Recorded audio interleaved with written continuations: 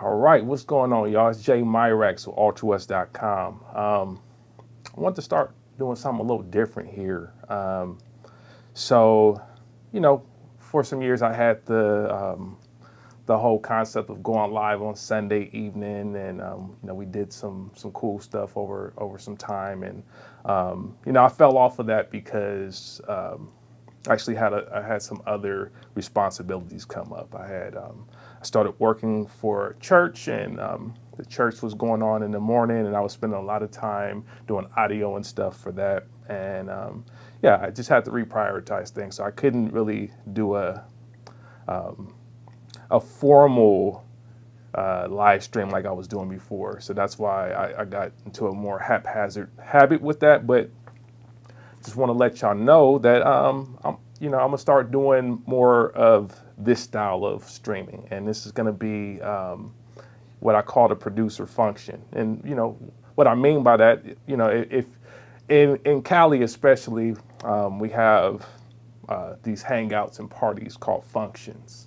Function could be anything. It could be like a few people. Sometimes it get out of hand. Sometimes it be a gang of people there, and all kind of wild stuff happens. Now, I'm not saying some wild stuff gonna happen here, but a function is just an informal get together for the most part.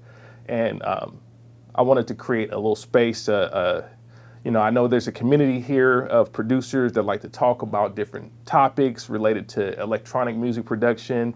And for me, it's a perfect opportunity to just say, okay, let's have something more informal, and let's do it, more frequently, and not be so, not make it a show, but it's a hangout. It's your place to come and talk about stuff, and kick it and do what you want to do.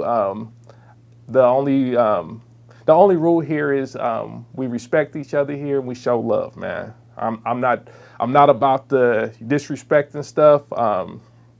If that's your type of vibe, this is not the function for you. We get together. We're gonna talk about some cool stuff. We're gonna, there might be an opportunity for me to do some maybe presentation, but not formal. Just if we feel like doing something, like, hey, I want to see this, or I want to talk about this. That's an opportunity for us to do this. It's a function, but it's always with respect and love. So that being said, want to say what's going on to everybody. Thanks for everybody that's been joining so far. Markman05, what's going on? Let's see. YouTube giving me some error right now. Hold on one second. Let's do this. YouTube is not liking my setting. So we're gonna fix that real quick because YouTube's not liking my setting, and I don't need it barking at me about nonsense right now. Let's get this cracking. Okay, let's do it like this. Boom. Okay. Okay, one moment. Y'all in the chat room, can y'all see me?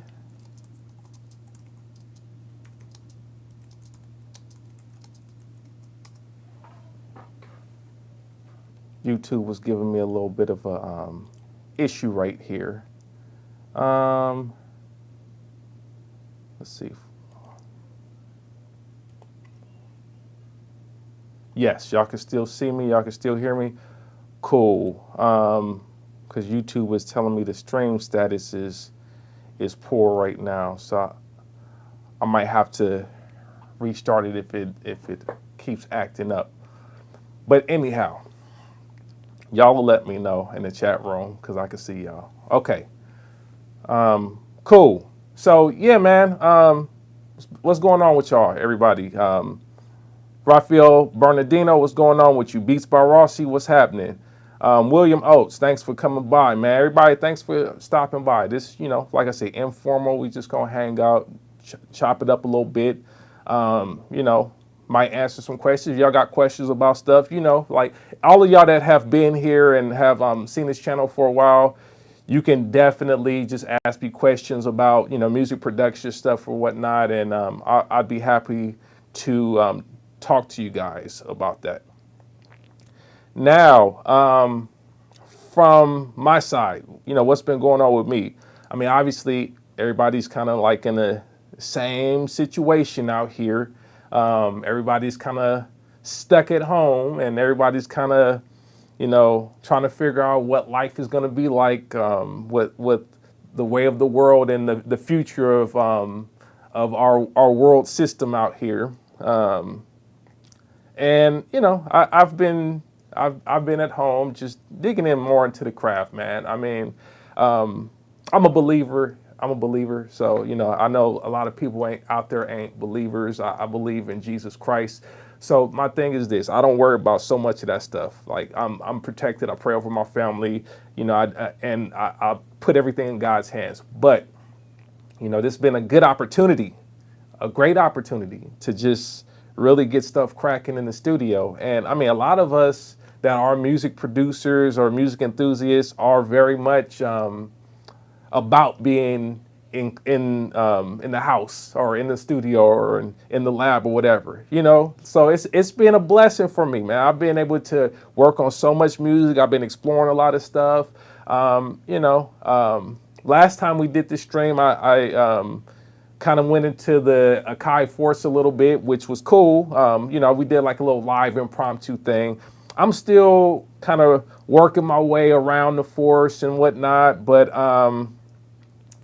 I've been very heavy on the MPC4000 these days, just doing a lot of music on that, enjoying myself with that, having a good time. So for me, the MPC4000 is it's a tool that I feel like got a lot of bad rep when it first came out because people didn't necessarily understand what it was or why it had the features it had.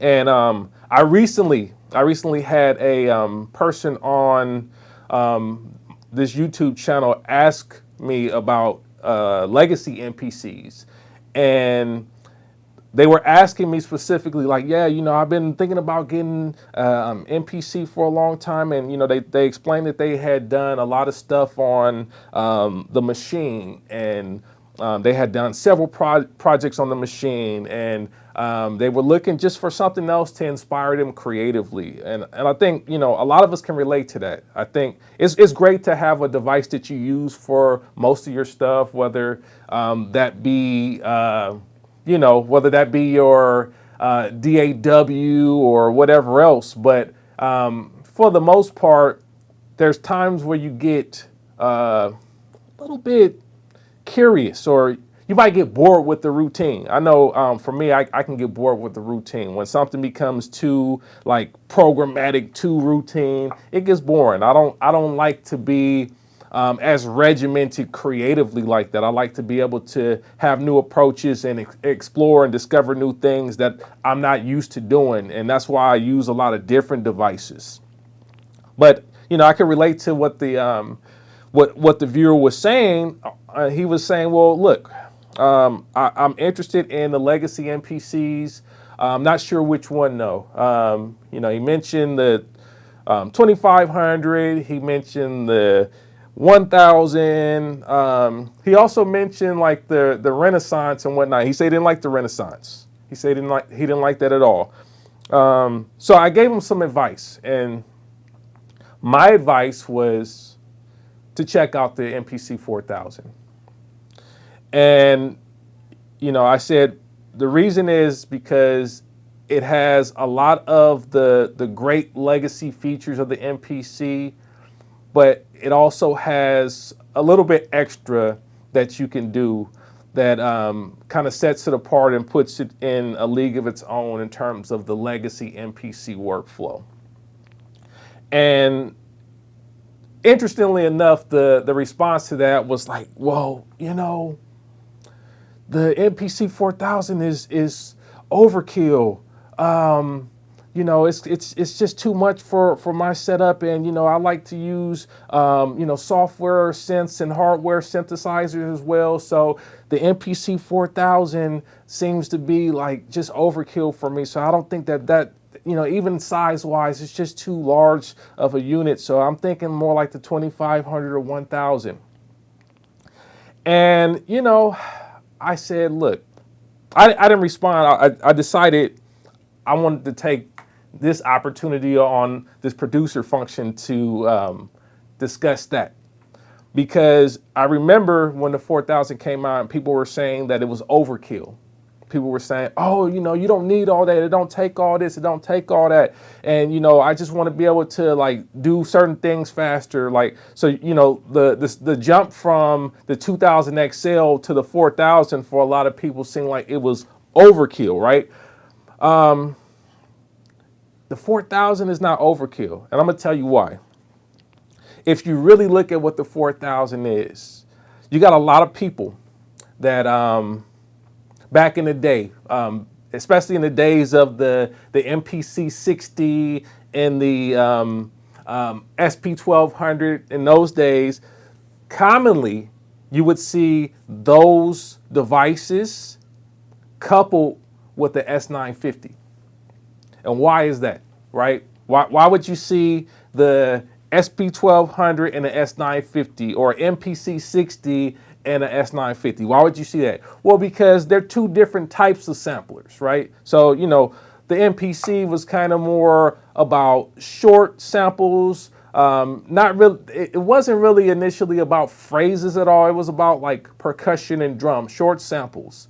And then the S950 is more of a rack sampler. It's more coming from the perspective of using it as an instrument replacement. Like a sampler essentially is a device that allows you to take an audio sample of some source and use it as an instrument. That's the whole concept of it. So with the rack sampler, it was more about trying to allow you the parameters that you need to create more of a keyboard style instrument, something that's playable on the keyboard. A lot of people were using the S950 for things like longer samples back in the day, in the context of hip hop at least. You would load your longer samples or record your longer samples into the S950, shorter samples inside the MPC or the SP1200. Now the thing is, well, the MPC4000, really all it is a MPC2000 XL plus an Akai Z4 rack sampler.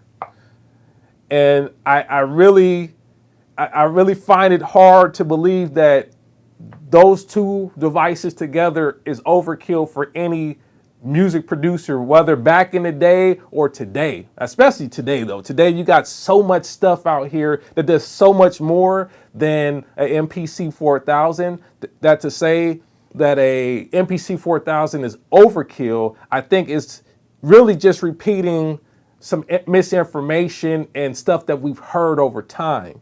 Because I remember people were saying these things like, oh, it's overkill, it's too much stuff in there, it's too complicated, it makes the MPC workflow so much slower and more difficult. I highly disagree with that. I think that if you look at what the 4000 is giving you, it's providing you with a multi-timbral approach to sampling, meaning multi-timbral, meaning I can access multiple channels within a single device, multiple MIDI channels within a single device. So essentially you can use the MPC4000 as a 16-part multi-timbral instrument, just like a motif for, you know, a Phantom or Kronos. The way the MPC4000 works is it has a what is called a multi that stores programs, and programs can be drums, like drum programs, or key group programs. And you can put 16 of those in a multi, and then you access the multi through the different tracks on the different track parameters. It's not something super complex. I mean, we're definitely doing a lot more than that in a lot of other types of devices today. So I never could understand it, but I think the problem is when one producer that has some type of clout, notoriety, or something else says, hey, this is too much or difficult or they did a bad job, sometimes it can create the wrong perception of the product. And ultimately, I think that, I'm not going to say names of what producer said what, because it doesn't matter what name said it. But what I'm saying is we often get into a habit of repeating misinformation or misunderstandings even that come from different producers. So I think it's very important for us to, first of all, be adamant about reading for ourselves. YouTube is great. All of us in this community that have some type of influence or whatever could say, oh, get this, or I like this, or do that, right? But at the same time, you have to think about it. It's like, I'm a different person than you are. So the thing is, my opinion on something shouldn't dictate how you feel or what you think is going to work for you. No disrespect to any influencer or anyone that makes videos, reviews, or whatnot. But I think ultimately we have to always keep in mind that this is just our opinion. And even if you think that the style of production that I'm doing is similar to yours, your thought process is not exactly the same as mine, and your approach may not be exactly the same. So you always have to take what people are saying on these videos, especially with a grain of salt. And I would highly advise anyone that was still thinking or still on the fence about, is a 4000 overkill, really read the manual. Look into the manual. If you get some time, look into it and see what it really is about. And I think if you have an opportunity to try one for a reasonable price, you should do it. I think for me, the biggest asset that I can say that I have in my life is, besides, spiritual stuff, the biggest asset that I have in my life is my exposure to stuff, because I was not one to wait for someone else to tell me you should go do this or you should get that. I was always one that saw something and said, okay, well, I'm gonna go get that and test it out for myself. And if it's wrong, or if it's not the right thing for me, then I'll learn that lesson. And I'm willing to learn that lesson, because exposure is oftentimes the difference between you having a advantage in your career. Forget just music production. In your career, having exposure to stuff helps to separate you from those that don't have exposure to stuff, because you can speak to things from a higher perspective. You're not speaking based off of what a teacher said, or you're not speaking off of what some person that said their experiences were, but you're speaking off of your own personal experiences, and that makes you more authoritative in how you approach what you're doing, and when you're talking to other people about what you like and what you don't like. You can say it with authority because you've actually used it and not going off of hearsay. Let's see. But that's the reality of it. I'm gonna get to this chat room. I see y'all talking. I'm gonna get to it. I had to get this off my chest for a second, because I really want to answer what this viewer said on the YouTube channel. It's very important that you don't take the misinformation or someone's perspective as being the gospel with respect to this music equipment, because we're all creative individuals and we all have our own unique take and unique way of doing things. For all intents and purposes, the 4000 is probably one of my favorite legacy MPCs. I know some people still don't look at it like that, but it's a legacy MPC. They don't make it anymore. It is definitely got some dated aspects to it. It comes with like a mechanical hard drive, old RAM. It definitely has a lot of the old MPC workflow and nostalgic feel to it. So definitely recommend it if you haven't checked it out. But on this topic of misinformation, I just want to address something really quickly, because, again, YouTube allows us to speak our opinions and our minds about stuff, and especially those of us to get on and do the live streaming thing. It's easy for someone to say something without a lot of thought behind it and say something that might be incorrect or unintentionally put somebody or say something about someone that is not 100% accurate.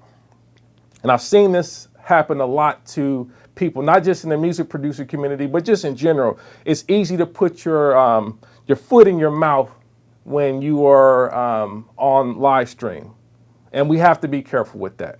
I'm not into slandering anybody. That's not my style. I don't really like talking about other people's business in general. Now, we might talk about products on here sometimes, or workflows or ideas. I don't like talking about other people's business. I don't like talking about other people in general. If they're not in my presence, to me, if you're talking about someone that's not there, it's really gossip at the end of the day. And I came across some gossip this week that mentioned my name and mentioned what they believe I may be responsible for or responsible to with respect to sounds.com. Because some of you may not know, I've been working at Native Instruments for almost 11 years now. I was part of the original Machine sound design team, and then I've also worked on the development of stuff like iMachine, and I was part of a lot of different products, George Duke's Old Treasures, you name it. And then 3 years ago, I moved over to the sounds.com team. Originally as the digital supply chain manager. Now my role, I guess, is the senior partner manager.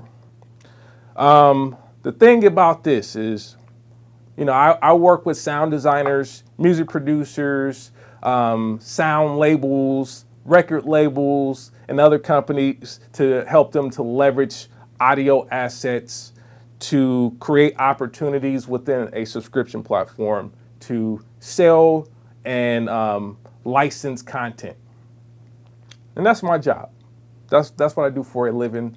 The music stuff that I do outside of that, that's a separate thing. That's Altruist Productions. That's a whole, the stuff that I'm doing right now, this is part of Altruist Production. That's why it's on this channel. So, I saw someone mention my name about sounds.com. I'm not, like I said, I'm not going to mention anybody else's name on this because it's really not about going at someone specifically.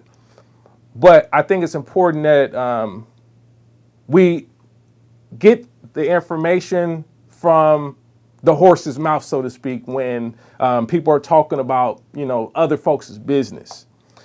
No need to listen to somebody that's completely not involved with a situation and hear their perspective of why, some company did this or another company got investment from this and did this with it. Because a lot of people are saying stuff and they have no clue what they're talking about. And I've seen this. And this week, like I said, I saw my name mentioned about it.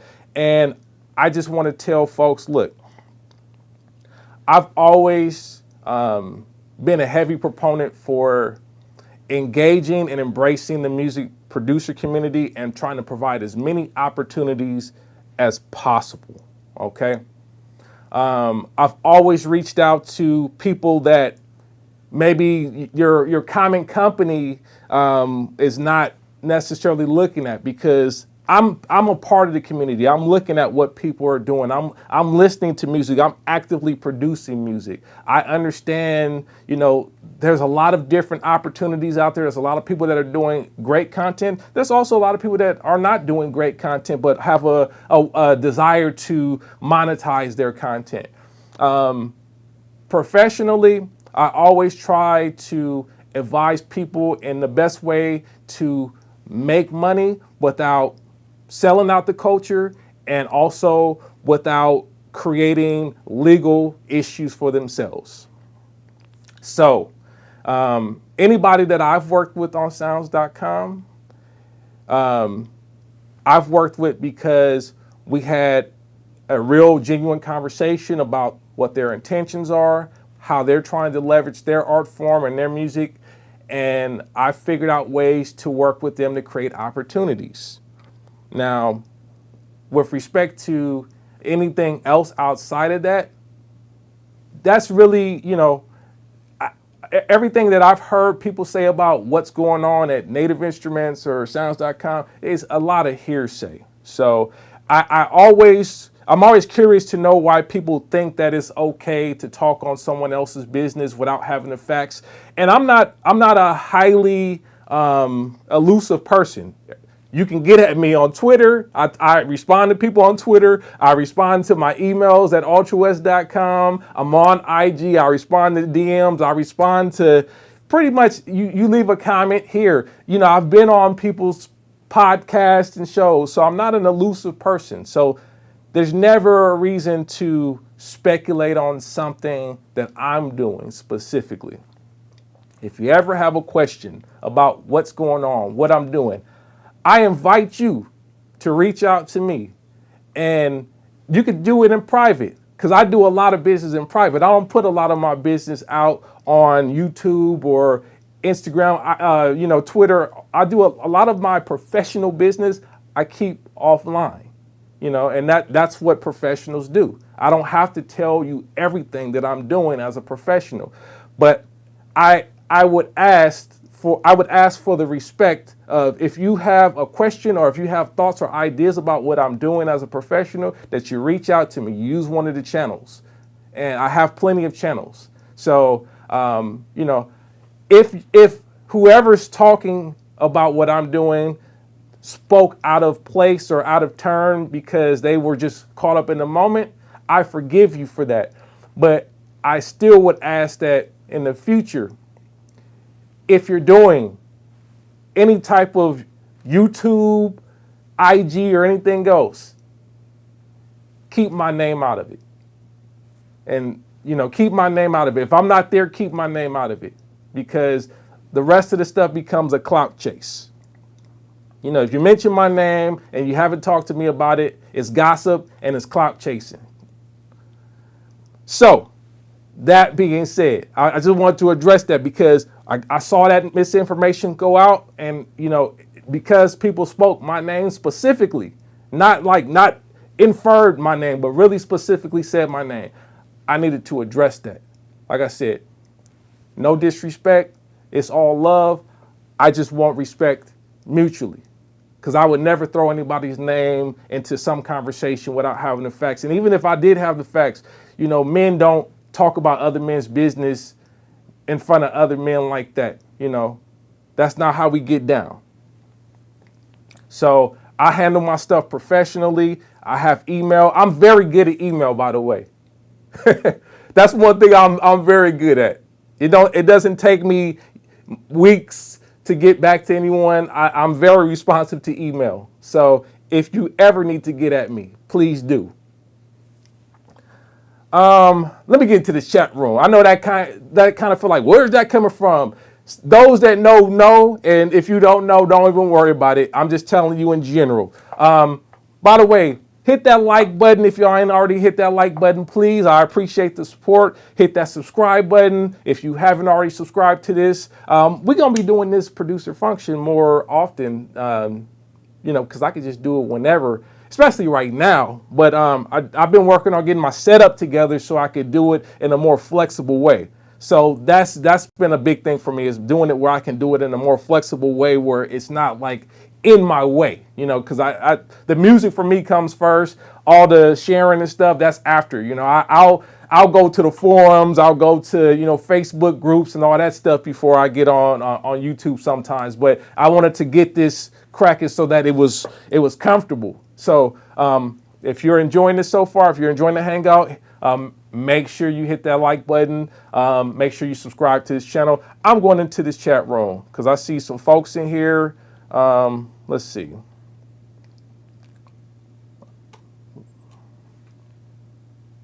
Let's see.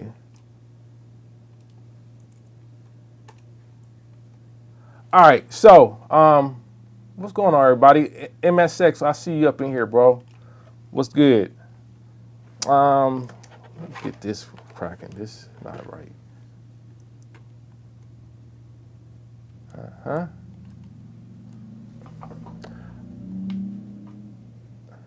Okay. Yeah, man. Let's see here. I got to go all the way back to the top. Accurate, I see you in here. Leader Hitman, I see you in here. Mr. Random, I see you. Cannon on the Beat, I see you. Cannon on the Beat, as my current setup is an, oh, he didn't ask, he's just saying that. A Kai MPC4000 LE and a ASR10. That's what's up, that's a dope setup. Definitely an ASR10 is one of the best keyboard samplers ever. Let's see what else. Boom, boom, boom. Okay. Okay. What is that? Ka says you work on politics too. You don't take a break for breath. No, I had to get that out of there. Let's see. Blah 2 music. What's going on with you, bro?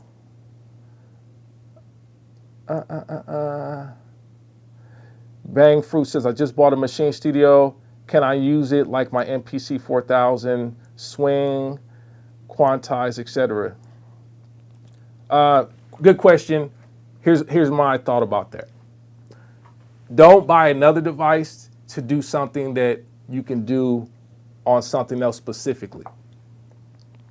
All right. So if you already know like MPC4000 sounds a certain way, then use the MPC4000 for that application when you need that sound. Machine has a certain workflow, has a certain sound. Sure, there's going to be people that say, yeah, you could finesse it to, sound like whatever you want to. But I'm from the school of thought that these are different tools and they have different applications. They have different personalities, so to speak, and you can use them differently. So I would never buy a machine to sound like a 4000 and vice versa. And that's just my opinion on that. I'm not saying that with a high level of skill and understanding and reference that you can achieve the same results. You probably could, but I would move away from that mindset of making the machine sound like your 4000, because that's where you'll get frustrated. I saw a lot of people getting frustrated with machine when they first got it because they were trying to make it the MPC instead of learning it as its own instrument, because it's a different instrument than the MPC for a lot of reasons. So that's my take on it. Yes, you can make anything sound however you want to with a lot of skill, but I think it's more important for you to understand what the machine sounds like, what it does, and what you like about it, so you know when to use it and what applications you use it for, as opposed to just trying to force it or making it always trying to compare it to something that you already know works well.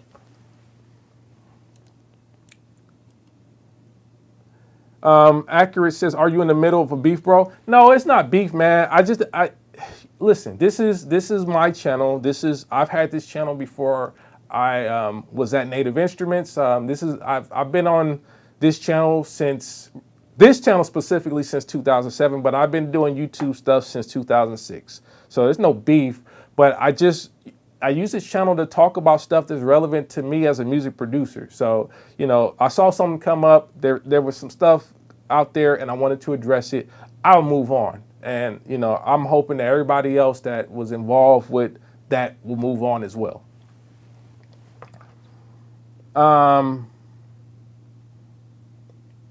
Let's see here. Mr. Random says, what's the worst MPC you ever used? Mine was the 500. So lame. Actually have a 500. I don't talk a lot about it, but I actually do have a 500. I don't think the 500 is lame. I think, again, it's its own thing, right? It's harder to work on that device because it's so much more compact, so much more shift and mode functions to it. No screen, limited MIDI I/O. It's a different device. It doesn't really fit into the normal MPC paradigm of being what they used to call the MIDI production center.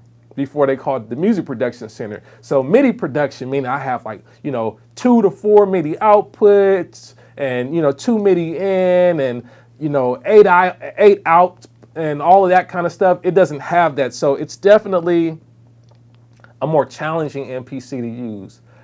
But I think it has its place, especially if you're one that has limited space, or if you're one that's just looking for a sampler device that can load up some drums and allow you to create rhythms and use it for other applications. Like, not all of us are hip hop producers, right?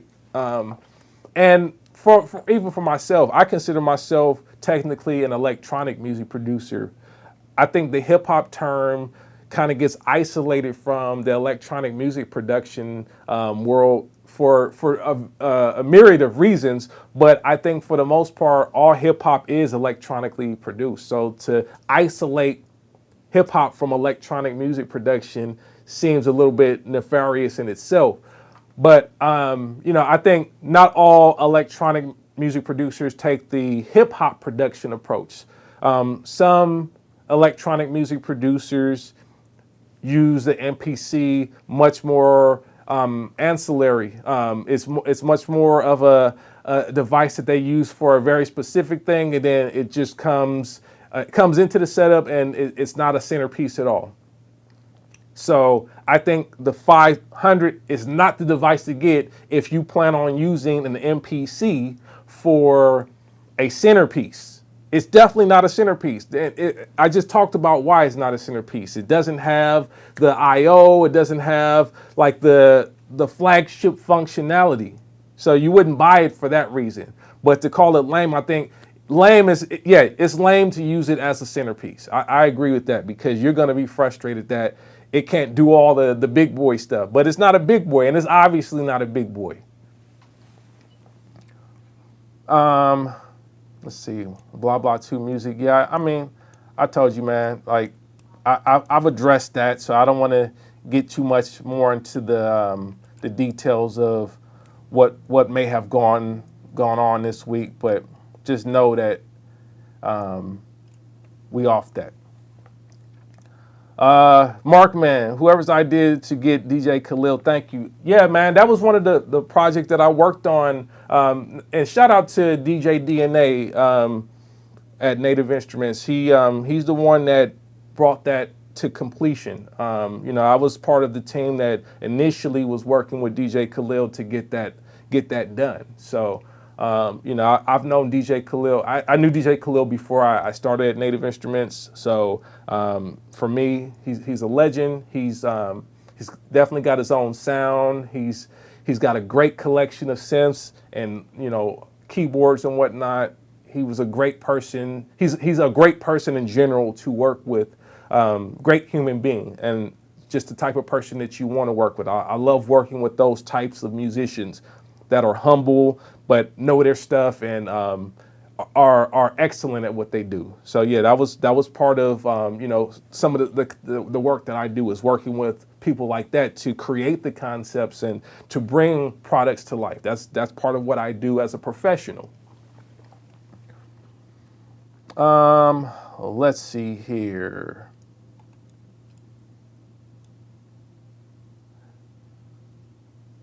Mr. Random says, why are we all talking about grooveboxes though? I like them synthesizers like the Motif XS. Of course. I mean, I have a Motif right here. So, you already know I'm into synthesizers. I rely more on the keyboards in my setup more than the grooveboxes, to be honest. You could take the groovebox out of my setup and I could still do what I need to do. Last stream I played you some stuff I did in Ableton. I've been using Ableton for over 10 years now. Prior to that, I was using Logic. Prior to that, I still use Logic, actually quite a bit. You can see it back there. Quite a bit of Logic going on. Hold on, what is that on my screen? Get away. Still use Logic. But, the keyboards are more important for me than the drum machines and the groove boxes. I love groove boxes because the approach and the feel that you get when you're working. But with something like Ableton, I've learned to use Ableton the same way as I would use a groove box because it very much has that pattern-based workflow. Same thing, with the Force. Ableton and Force kind of have the same type of approach in terms of sequencing workflow anyhow. So, keyboards are much more important for me because that's where I get my sounds. I've never been the one that just does all of my music with samples. Now, I do have some of the sample-based background because, one of the producers that inspired me to actually get into music production, DJ Premier. That was the one that, when I heard his music and I was listening to what was being done with the samples, I knew something different was being done. It wasn't just the loops. I know when I hear the loops, but when I heard DJ Premier, especially circa around, 98, 99, you can hear how he was manipulating, and it wasn't like I could hear it because it was badly cut. It was just like you knew he was doing something different. So, for me, the spark to actually want to do music production came from DJ Premier, DJ Battlecat, Daz Dillinger, and DJ Quick. All of which are sample-based producers, by the way. But I've never been one to just use nothing but samples for my production. I've always been more of a keyboard guy. I always loved keyboards. I always wanted to play keyboards. And I think that's the reason why I've kind of separated my music a little bit more into this domain of saying it is electronic music, not so much it is traditional hip hop, because I would say a lot of traditional hip hop uses samples, and even a lot of modern hip hop still uses samples. It's very much sample heavy, whether we're talking about loops from Splice or sounds.com or something like that, or the quote unquote producer folders that go out, whether it's that kind of stuff or whether it's from records and whatnot.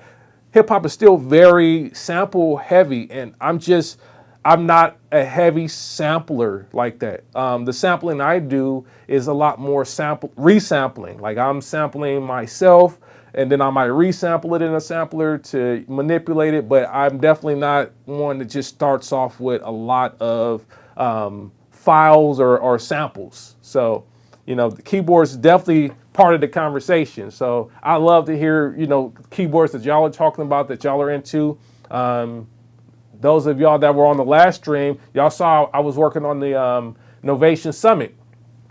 That's one of my latest keyboards, and I'm loving that keyboard. It's been fun, and I've been getting deeper into it, been programming stuff on it, and like really getting the flow of it. And it's a great sounding synth. Well, we definitely can talk about that. I know people have come to this channel over the years to talk about groove boxes, and I've done a lot of video content on groove boxes. So that's why we talk about it here, because people know that I've used them for over 15 years. I've been using MPCs since 2002. So that's part of what I know and part of my legacy, even because of my work with Machine and whatnot, right? So that's why we talk about it. But we're free to talk about anything. If you want to talk about pedals, you want to talk about MIDI controllers, whatever. Let's get it in. Y'all make sure y'all hit that like button too if y'all haven't done so, please. Let's see here. Mr. Random says, how much do you like the live? I don't have the live, man, so I can't really speak on the live so much. The live conceptually seems cool. I just haven't used it. I had the Renaissance for a while, which was cool. I made some cool stuff with it. Y'all saw some videos of me working with that. The Renaissance was cool. The live seems cool. I don't think that it's something that I would buy necessarily, but I think ultimately, and I know the live and the Force are going to share a lot of stuff in terms of functionality. A lot of the parameters and whatnot are going to be similar, especially with respect to the effects and other things. So I'm sure that operating systems are very close, but I just haven't used a lot, so I won't really speak on it. And I don't really like speaking on production equipment that I haven't used. But if you guys have some feedback or some thoughts, I'd love to hear your thoughts about what you like or what you dislike about the Live. Yeah. Let's see here.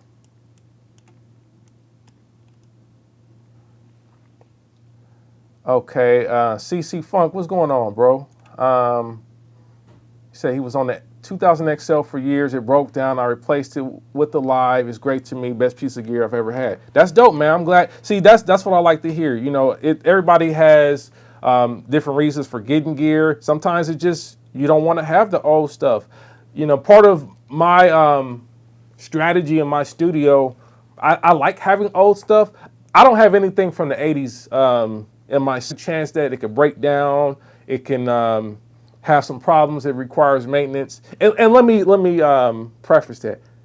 I said I don't have anything from the 80s. I do have something from the 70s. My Fender Rhodes. And that cost me a lot of money to maintain. When I first got it, I had to do some major work to it. So, but I don't have anything from the 80s. And there's definitely some synthesizers and drum machines and all kind of samplers and whatnot that I'd love to get from the 80s, but I just don't have it because the fear for me is having a lemon, something that is dead on arrival or breaks down not too long after I get it. So a lot of my stuff is kind of 90s and forward. I actually like to have a lot of newer stuff that sounds cool, just because it's less of a headache for me. And that's kind of how I like to get down. I don't like to spend a lot of time troubleshooting. I don't mind having things creatively that I have to work out, but I do mind having something that just doesn't work functionally because it's broken, it's malfunctioning. That's a pain. I don't like dealing with that a lot. That's frustrating for me, so I try to avoid a lot of that. Let's see.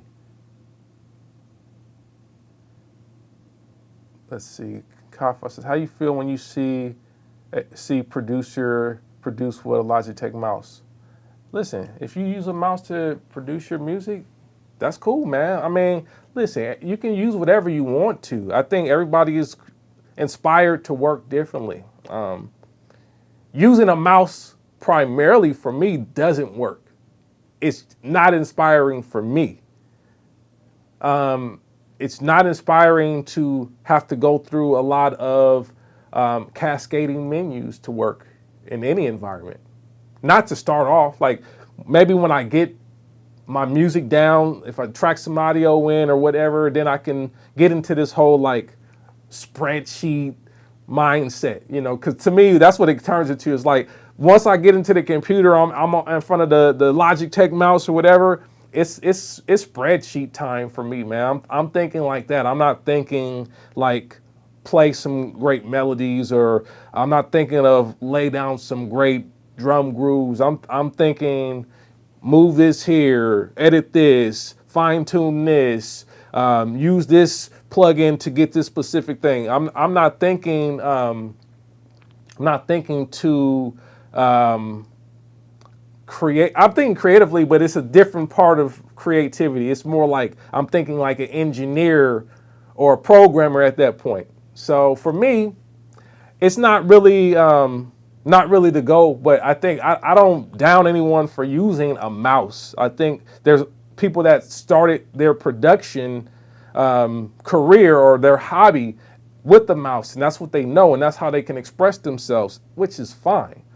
No disrespect to anyone that does that. And if you love that workflow, who am I to say that you shouldn't approach it that way? It's no wrong way to do it. The only wrong way is the way that doesn't allow you to express yourself. And that's the reality of it. The only wrong way is the way that does not allow you to express yourself. Let's see.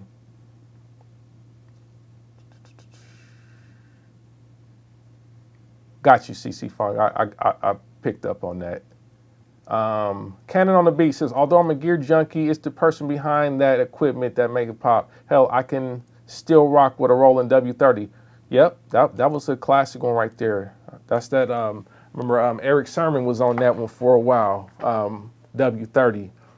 It's true. It's the person behind the that's the creative person that's really responsible for the output. I mean, I know people that can rock the sampler on the motif. Eric Sermon is actually one of them. He's one of those guys that is using the sampler on the motif, and that's not something I got into. You know, as much work as I did on the motif, I never got into that sampler workflow. But it's really the person behind it, and it's, you know, where their creativity is drawn from. And I'm sure him being a W30 user for such a long time helped him to be more comfortable with using a motif that has its own sounds and synth engine, as well as a sampler. So, you know, to each his own, man. To each his own. Let's see here. William Oates says, I have the Live Now, and being able to integrate it with the DAW via the VST software gives some crazy workflow options. That's dope, man. That's dope. You know, I'm not one of these people that professes to be a DAW-less music producer. I very much use a DAW. I just use a DAW at a certain point in my production. Some people really want to have a fully DAW-less production workflow. That's not something I ever aspired to have. I always wanted to have a very seamless workflow in a way that made sense for me. And I still track out my music. I still track it out in real time. I don't do a lot of exporting of audio. And I set up my studio specifically in a way that allows me to do that. So, you know, I have right now I'm in, let's see, I got about 18 inputs right now, 18 simultaneous inputs for my studio. And that helps me to track out my MPC and my synthesizers in a fluid way, single pass, and then if I need to add stuff on top of it, then I'm tracking live audio. Accurate, man. Thank you for coming through, man. And thank you everybody that's showing love to the homie in here. Like I said, this is a function. This is not, you know, this is a place to hang out and chop it up, talk shop. Not so much about just me being the only person that has ideas or thoughts, but really to share thoughts and really just to, you know, communicate and commune with one another. So, like I said, we'll be doing this more frequently. I'm not going to set a schedule because it's not what you do at functions. What a function is just like, hey, I'm having a function real quick, pull up. That's what we do out here in Cali, at least. Hey, we got a function. Hey, we about to have a function. Come on. Hey, come through. That's what a function is. So I'm going to keep it like that. So, you know, if those that can pull up and come through, cool. And thank you, everybody that's pulled up on this function. And if you haven't already done so, make sure you hit the like button. Make sure you subscribe to this channel if you aren't subscribed to this channel. And that's how we doing it, man. Let's see here. Beast Bar Rossi says, floppy drive is an easy replacement. You should try to replace it. Just replace the sound card on my RAN because my computer couldn't see the interface. Today is a good day. Oh, that's cool. Stacy B, your thoughts on the Isla Instruments SB2400 about to come out? My thoughts. Looks dope. Looks like a very interesting device. I love the fact that we got new devices coming out that allow us to tap into other sonic characteristics and qualities and workflows outside of just what the MPC line offers. So I think, and I said this earlier about the machine, I think the challenge is trying to not compare it to the SB1200. And I know a lot of you guys out there haven't used the SB1200, so it won't really be an issue. But I think for those that have used the SB1200, I still think you got to let new devices be new devices and treat them as new devices. I think from what I've seen, that company is not saying that they are faithfully recreating every characteristic of the SP1200. So that alone says it's a new instrument to me. And if you take it as a new instrument and see what it does specifically within the realm of, sampling and sound characteristic on its own, then you could treat it as its own thing. And I think that it's a positive. It's a win for us because right now SP1200s are super expensive. If you want to get a good quality one, you're talking about thousands of dollars, and a lot of us don't have that. I know I don't have that. Not for that. You know what I'm saying? Like, I wouldn't spend $4,000 on an SP1200, but I don't know what's the price. Anybody know the price on the Isla? Because I think it's under 2,000, right? If it's under 2,000, that's a win. Considering how much MPCs cost when they first came out, especially like any flagship MPC, anything like that, you're gonna be over $2,000. So I think it's a win. Will I get it? I don't know, man. I got realistically, the more equipment you get, the harder it is to be focused at times. I like to spend time and learn my stuff. I just got this Force. The homie hooked me up with this. Thank you to the homie.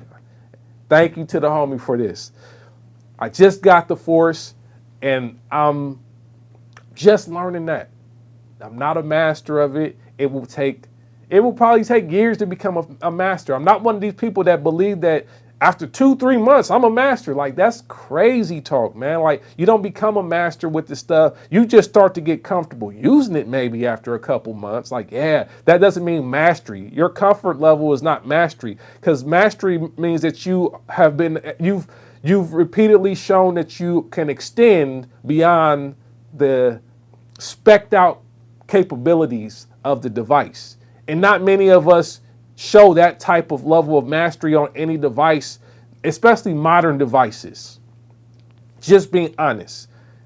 Older devices that are more limited, I can see more potential for people to be like masters and pushing it well beyond the specifications and the capabilities. But with a device like the Force, or even to a degree the MPC4000, it takes a long time to become a master.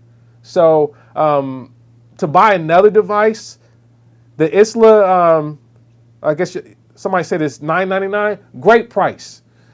I think if I get bored with the Force and I need something more simplistic and I want to explore the whole 12-bit situation, sure. I've been messing with a lot of 12-bit reduction stuff on the MPC4000, getting different results, and it's interesting to me. I'm not going to say that the MPC4000 12-bit bit reduction or sample rate, 12-bit and sample rate reduction is the same as using the SP1200, because it's not. But I've been enjoying some of the results that I've gotten out of it. I've made a couple tracks that I felt like, yeah, that was a cool little situation that you were able to pull out of that. So, for me, I don't know. I think for those that want that and don't have like another sampler that can achieve 12-bit, then it's an awesome look.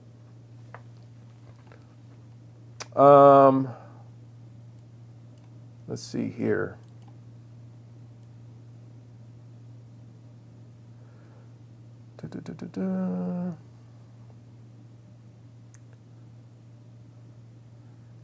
Kaffa says in the 90s they used a lot of Triton, etc., and preset, and they made crazy nice music and so different. Yep.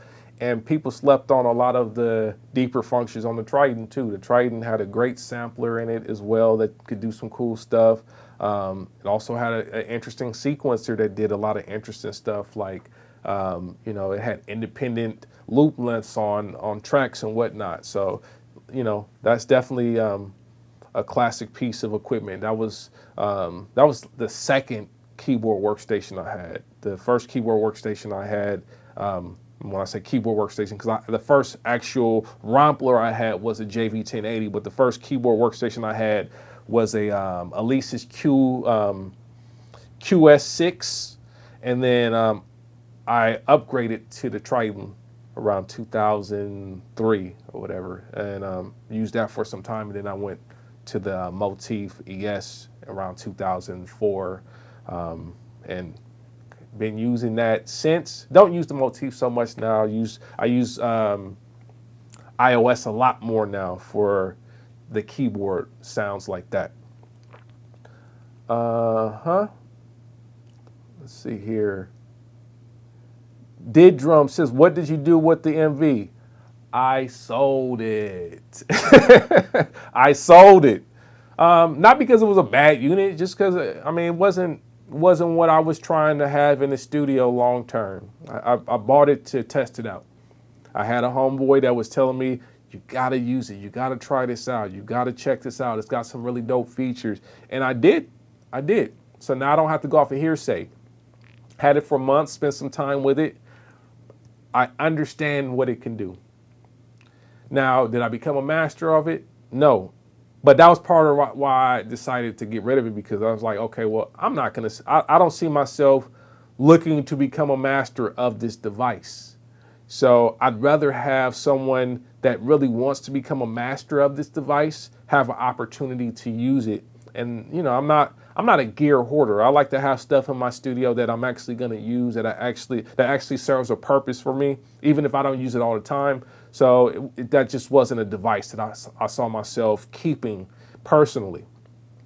But yeah, I got rid of it, sold it years ago now. So I don't know. I guess because YouTube, you know, there's a delay in between when someone watches an old video and, you know, today. That's why I like to do a lot of live streams, so we can kind of be up to date real quick. Because, yeah, I don't have the MV8800, and people ask me about that all the time. I don't plan on getting another one either.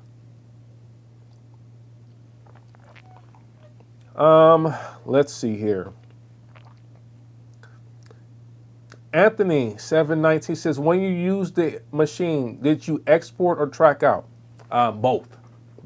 So if I use the machine in as a plugin, then I was tracking it out. Like I was using audio directly into auxiliary buses into Logic, and then I would route the auxiliary buses into audio tracks and track them out. I recently did that on the last track that I released on YouTube, more or less. I used that workflow.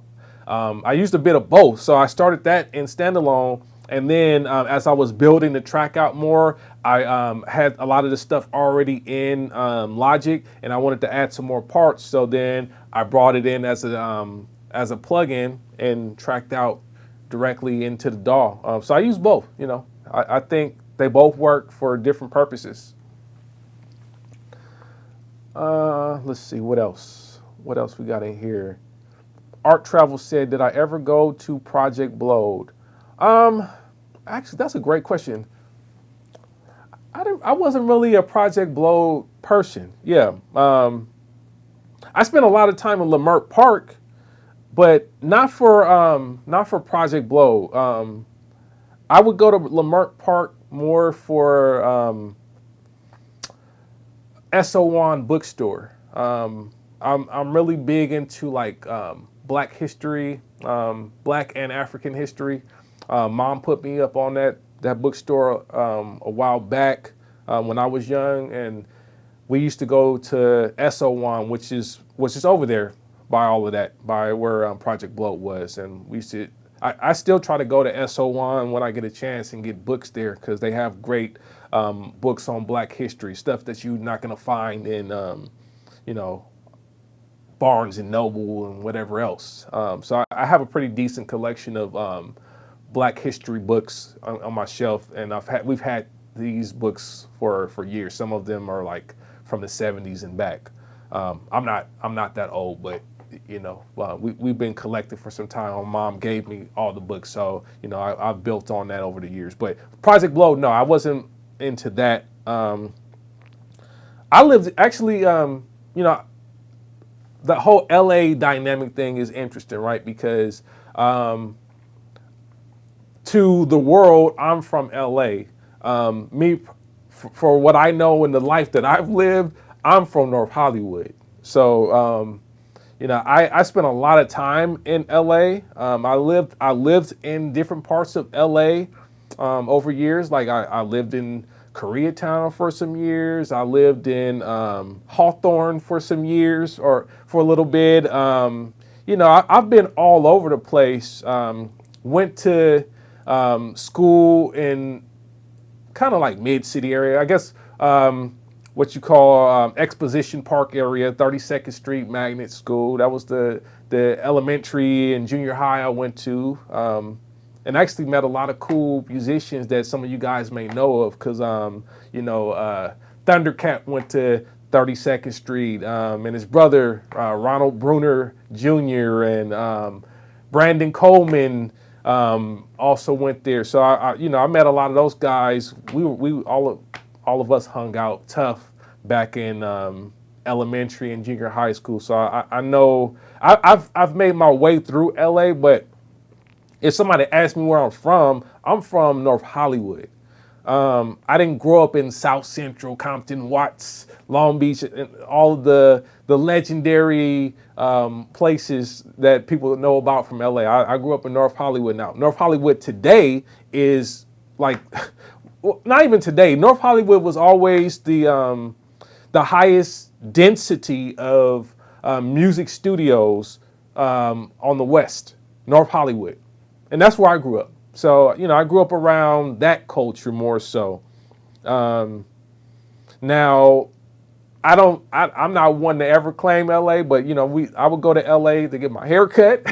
I would go to LA to get some barbecue, Woody's. Those of y'all that are from LA or know LA, Woody's barbecue on Crenshaw and Slauson, that's the spot. Or Phillips on Crenshaw and Adams, we get down like that. Definitely we buy records out in LA. A lot of friends and family would, still lived out there. So we hung out in LA a lot. I'm just not like a typical LA kid. So like the whole Leimert Park thing, that was like, I would have had to catch several buses to get to Leimert Park. It wasn't just like I could just mob over to Leimert Park like that. So I didn't go to Project Blowed or anything like that. Now later on in life, the whole low end theory thing, I did go to that. I did go to Low End Theory, saw several folks perform there. So I remember that culture. And even before that, there was other stuff I would go to in LA that, I would see folks like DiBiase pull up and, he'd be playing beats and all that stuff. So I've known a lot of these cats for quite some time. But yeah, to answer your question, no, I wasn't a low end or Project Blow person at all.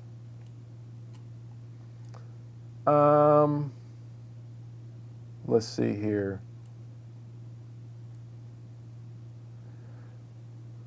Someone said, Good Times Production says, I love to come across a mint condition MPC4000 LE and an ASR 10. Those will be my dream vintage pieces. Hey, you know what? I still low-key want an ASR 10 too. I don't have room for it though, but I low-key want it. But it's gotta be a good condition one. It's gotta have the purple screen and the SCSI, or all of that. It's gotta be blown out, and I don't think I'm willing to pay the price for it right now. So that's one of them. There's others that I'd like to give, but I'm not gonna blow up the spot, because the problem with YouTube is this: when we start talking about gear, and especially with vintage gear, as soon as I or someone else says something, it turns into a whole different thing, and then you can't find it anymore because somebody hyped. There's this hype beast culture, and as soon as somebody says something and we start hyping it, then you can't get it for a good price anymore. So I'm gonna plead the fifth on some of the other stuff, the vintage stuff I'm looking at. New stuff we talk about all day because it's in production, but the vintage stuff, I'll wait till I get it and then we talk about it after I've done some stuff on it. That's just me. Let's see here. Y'all getting it in. I love that y'all talking together, man. That's what the function is about. That's what it's really about. It's not just about me having the conversation, but it's about y'all interfacing and hanging out and talking about the talking shop, man. That's what I love, man. It's not a gang of folks in here, but it's enough people to have a cracking function where we talking about cool stuff, man. So I love this. So thank you.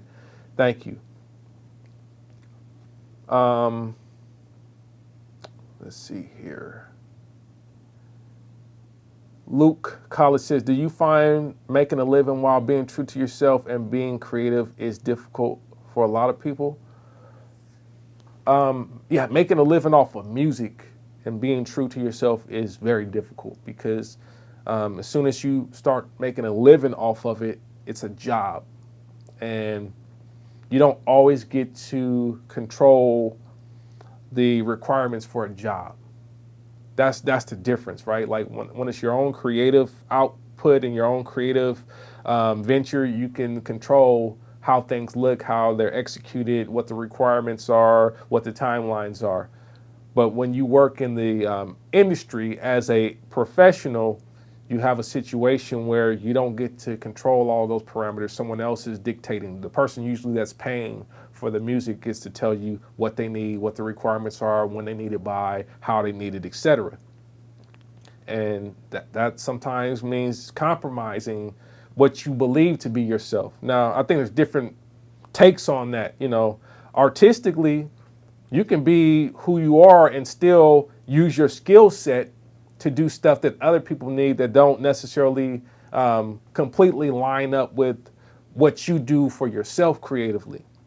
So being true, I think it's not subjective, but I think the way we have to look at it, it has to be from, you have to have a full scope or full perspective on what it means to be true, because I use a lot of my skill sets and things that I've learned from being a music producer for my job.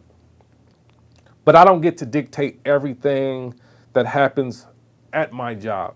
You know, there's people that run the company that I work for, and they have certain things that they're trying to accomplish with their products and portfolio and the things that they want to do, and they need people to help them, and they definitely rely on my talents and my abilities and my know-how to get stuff done.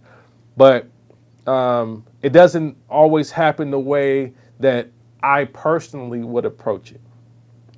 There's things, you know, that still, like for Machine, for example, there's things that, you know, if I was the one that was doing all the design and development for Machine, I would want them to have already been executed that haven't been executed, you know, and that's just real. But that's what happens when you're creative, working professionally for clients or a company. You don't always get to say what it is or how it's going to be done. Now, if someone hires you specifically to do what you do, say, hey, I just want you to do what you do. Here's some money to give me, you know, the type of beats or the type of music that you normally do. That's a blessing, but it don't always happen like that. When I was doing music for film and television, a lot of that is about what we call today type beats. Stuff got to sound like what's familiar on the radio or, you know, what people are familiar with traditionally. It's got to sound like something that people already know. It can't be like hyper creative, hyper left field and all that stuff. I mean, yeah, the exception. Okay, yes, you got what was the joint Flying Lotus was on. You know, there's always like what is it, Cartoon Network or whatever. Yes, there's always those type of exceptions, and there's always creatives now that try to look for like the unique stuff or whatever. But realistically, for film, most of film and television is about type beats. And I did that for some time. I did that for years, and then there was a point where I just didn't want to do that anymore because, you know, me having a job plus coming home and doing stuff for film and television, it was like, dude, I don't want to spend all my waking hours doing music for other people and not having the opportunity to do and explore the things that I like creatively. So I stopped doing that, and I've been spending a lot more time just exploring what I want to explore creatively. Yes, that comes with some sacrifices. That comes with maybe not as much money, not as much credits, whatever. But at the end of the day, I'm much happier as a creative because I am more true to myself in the sense that I'm able to do the things that creatively inspire me without someone telling me, you need to do it this way, or you should have added this, or it needs to sound like this, because I don't like working like that personally. Let's see here. Blah, blah. 2 Music says, re-upping the question, do you still have the Chandler? Dude, that was a co-worker's Chandler. That was not my Chandler. I never had the Chandler. So I know what you're talking about. Yeah, that wasn't mine. That was a studio that I was setting up. So it's still there. But yeah, I didn't use it. So no, I don't have it. I don't know who's using it right now, to be honest with you. Let's see here. Someone says, Kafa says, I have a question. Are you good at finger drumming? I don't consider myself a finger drummer. Like, I never really got into that.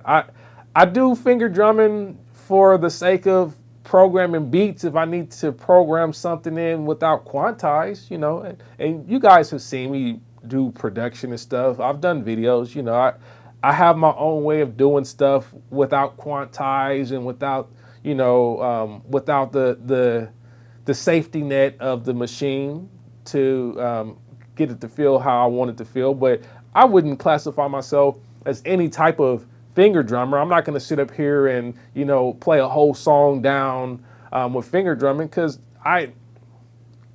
honestly, I rarely hear finger drumming that I like in terms of overall pocket and groove for a record.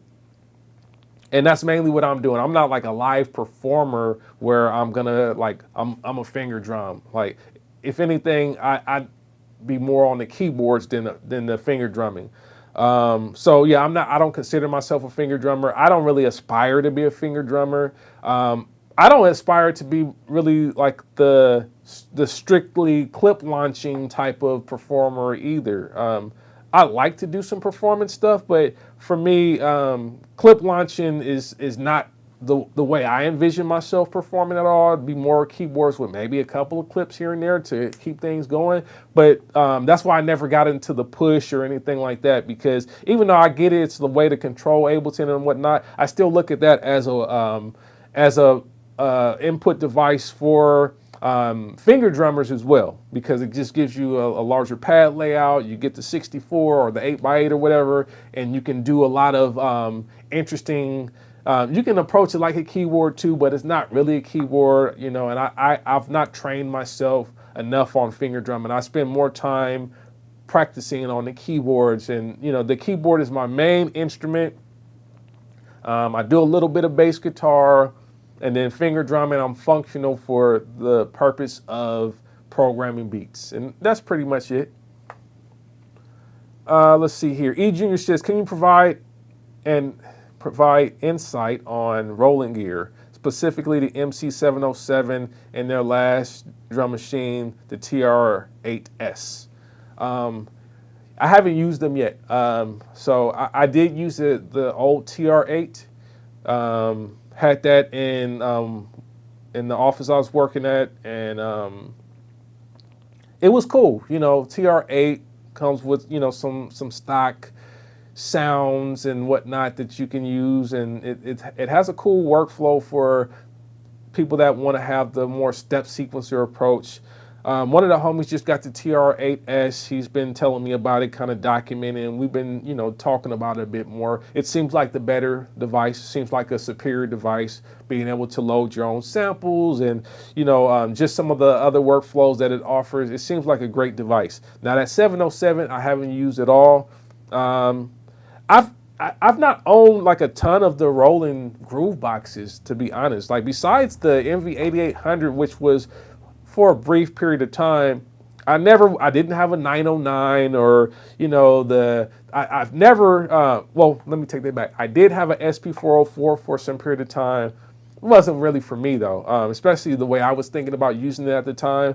I might revisit that at one point, but from what I see and how I see a lot of people use it now, I probably wouldn't get a SP404 either, for just doing the on-the-fly effects and stuff. I'll use a Chaos pad, and, for this whole audio launching stuff, now that I had a Force, I'd probably use that if I really needed something standalone. I understand, like, the SP404 is small. Even the new rolling groove boxes are smaller form factor. I get it.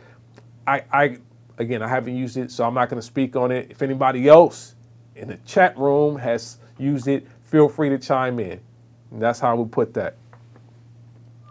CC Funk says, Ronald Bruner Jr. is rough on those drums.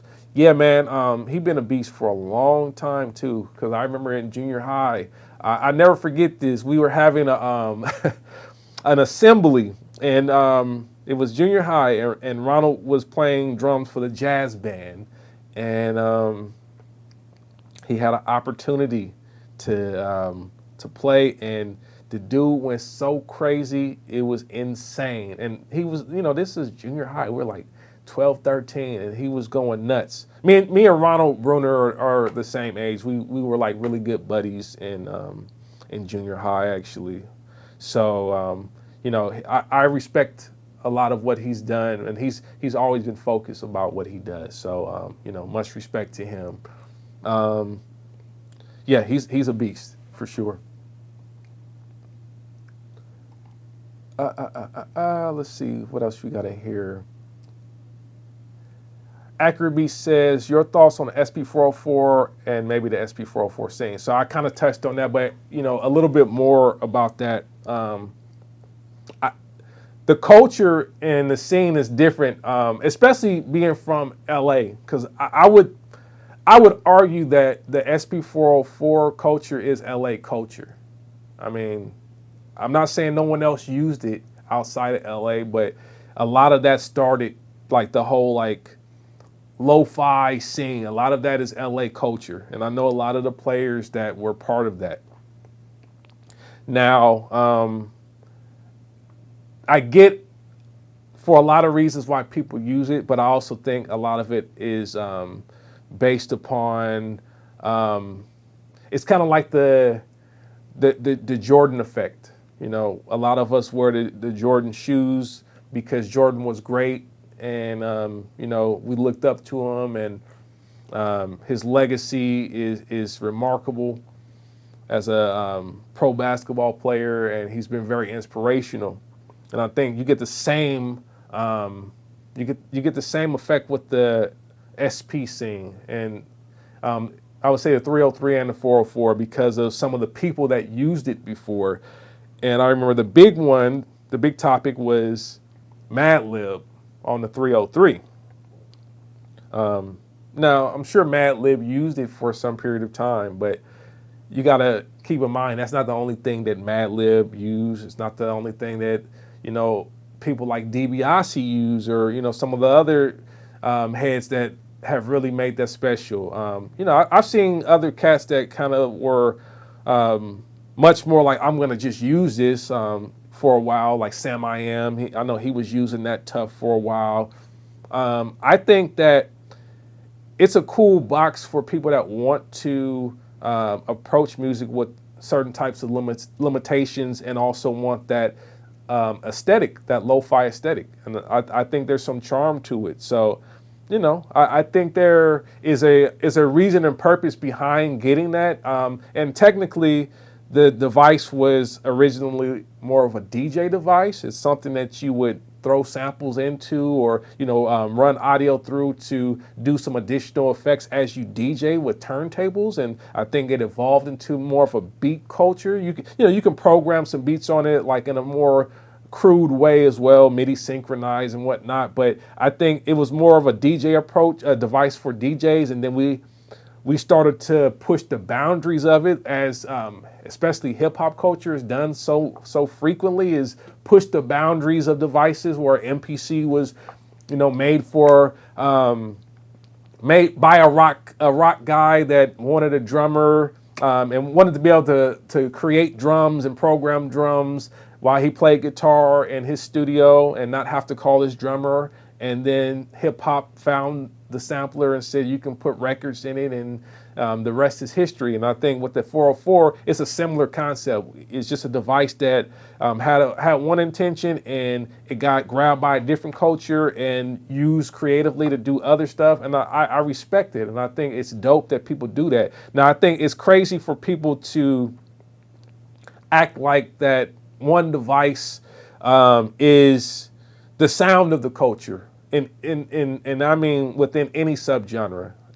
I think it's crazy for anyone to say that, MPC is the sound of traditional hip hop, or FL Studio is the sound of modern. I think, of course we use there's trends of people, there's collectives of people that use certain tools, but I think we shouldn't look at it like dogmatically where you can only use this device if you're going to make this type of music. I think that becomes ridiculous, and it's too limiting of a mindset for such a world of opportunity with music production and electronic music production specifically. So I think there's some aspects of the culture where I feel like there's too much dogma in thought, but I don't think that's limited to the SP culture. I think you see that in a lot of different music production circles and subcultures. So that's my 2 cents on it. I think you should use whatever you are inspired by ultimately. And if there's something specifically that you're trying to get out of a SP404 or SP303 or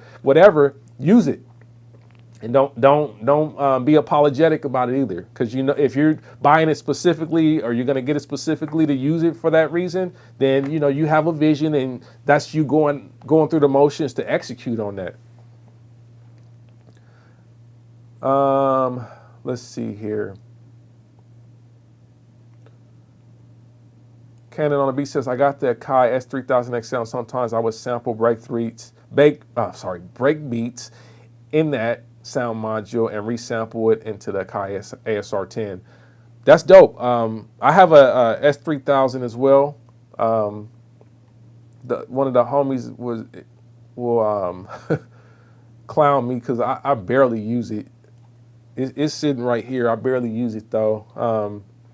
I bought it to explore, sound, and just I like to hear and get things for my own education, and I found that for a good price. It's like $150. So I said, let me go get it to hear what it sounds like and explore it. And I did some stuff, and I did some resampling tests and whatnot, and it was cool. And it's still there. It's like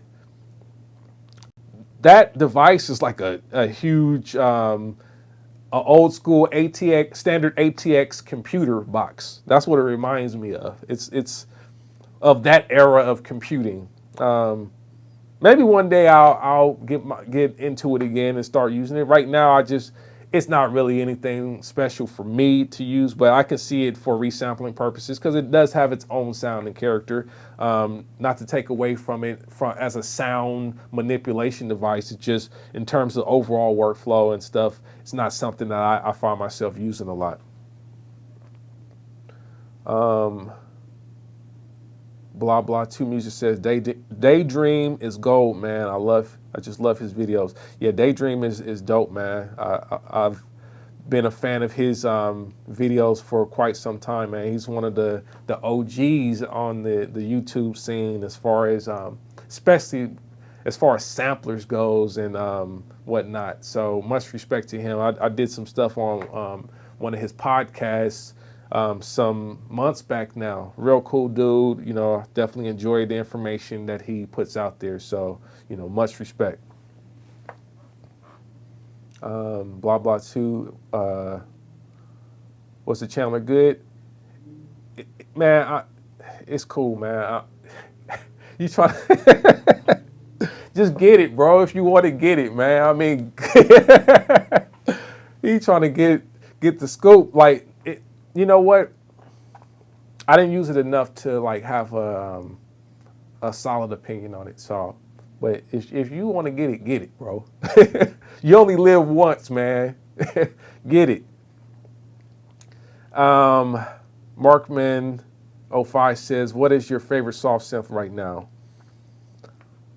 Okay, great question. I don't tend to use a lot of what I call desktop soft synths, you know, the ones that work on OS X or Windows machines. I use a ton of software synths on iOS though. Sample Tank I'm using a lot, Chord Gadget, Chord Module, the Moog joint on iOS. I use more of that, man. I've kind of stayed away from a lot of the desktop soft synths in more recent times. There was a time where I was definitely using a lot more of that. I was using a lot of Complete, and even before that, like, you know, I'm gonna date myself. You know, one of my favorite ones that still works today is Mini Monster. You know, with all the upgrades and, you know, moving to 32-bit from 32-bit to 64-bit, Mini Monster still works on all my systems. So, you know, that was one of my favorites. But, you know, today I'm not using a lot of the stuff that's out there on the desktop side in terms of software synths. I just don't need that many synths to do what I'm looking to do. So, and I'm more of a tactile person. I don't like going through a lot of cascading menus like I mentioned earlier. So that's why I stick to a lot more hardware synths. You know, I got the Summit, I got the Blowfield here. I have a Mofo X4 and ATC1. Those kind of cover most of my stuff, and everything else I'm getting from my iPad. So, you know, like I said, Chord Gadget, Sample Tank, the Moog synthesizers, that kind of stuff. Let's see what else. Nick Danger says SP404 culture is LA, and I'm in ATL where Stolen Drums, via Stolen Drums, that culture has a scene here. No, shout out to Stolen Drums, very dope, you know, very dope producer, and I think he uses more than just the SP404, but, you know, he's definitely a major factor in terms of Atlanta having a comparable scene to what we have in LA with, or what we had in LA with the Low End Theory and to some degree now Beat Cinema. So much respect to him. Let's see. I think Beach by Rossi says, I think DBIC lives up here in Sac now. I sold the SP404, couldn't have doubt. Yeah, he's up north now. He's been up there for some time. He said, I like the effects though. Try routing Logic through it with some success. Dope. iShack, I think that's how you say your name. iShack Sultan. Thoughts on the Behringer Rd8, having used it. Again, Behringer's been doing a lot of interesting stuff in terms of recreations of hardware, making stuff affordable, accessible. I think for the price point, it seems like a no-brainer if you're looking for 808. And I've heard some legendary musicians tell me that for them, it has saved them in terms of their live performances, especially when they were doing a lot more traveling. The thing is, now if you want to bring an 808 on stage, you don't have to bring this old school 808 that doesn't have, you know, that has some reliability issues and could get damaged on the road. You don't have to bring that out there now. You can bring a Rd8 and get it cracking. And I think that speaks volumes, because especially from a live context, I don't think so much it's about it sounding exactly like the 808. I think it sounds probably close enough for them to feel comfortable with using it live. And beyond that, I mean, if it doesn't sound exactly like the 808, doesn't matter at the end of the day. I think we got to get over a lot of that stuff. If you're buying something cheap because it says it's going to sound like something else, that's always a compromise, man. Like that never 100% pans out. I think you can buy some cheap stuff and use it for what it is. If it's cheap and it's supposed to do the same thing as $1,000, $2,000 device, whatever, I'm always questioning that. And that's just me, and that's just from my experience. I've never really found anything that is greatly underpriced versus the real thing or the true version to 100% perform at the same level qualitatively or even sonically as the thing that it's modeled after. So that's just my experience. I can't say that that's the truth with Rd8 because I haven't used it, but experience tells me that a lot of stuff is not going to be 100% in parity as far as being able to compare it to the original thing. So anyhow, let's see.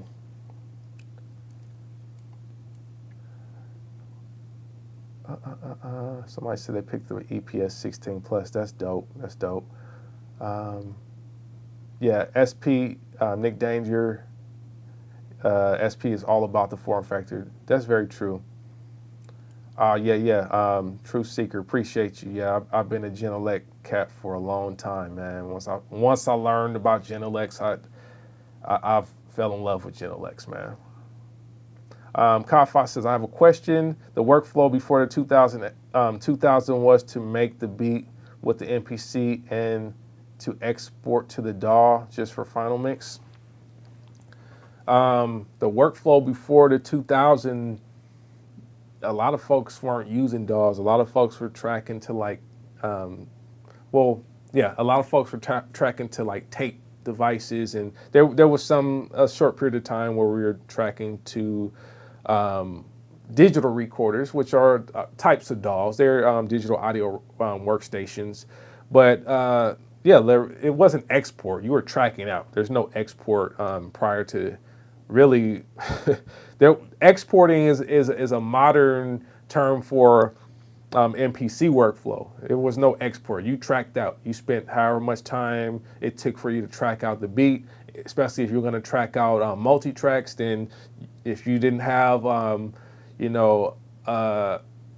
if you had only eight channels, then you were going to track out 8 channels of the MPC. If you had a larger multi-track system, then you can track out more separate tracks at a time, and that's how the workflow was. There was no exporting, but yet you use the DAW. The DAW is a either device or application environment that emulates a tape machine and a recording console. That's what a DAW is. So before the 2000, you're talking about like what, 97 and before.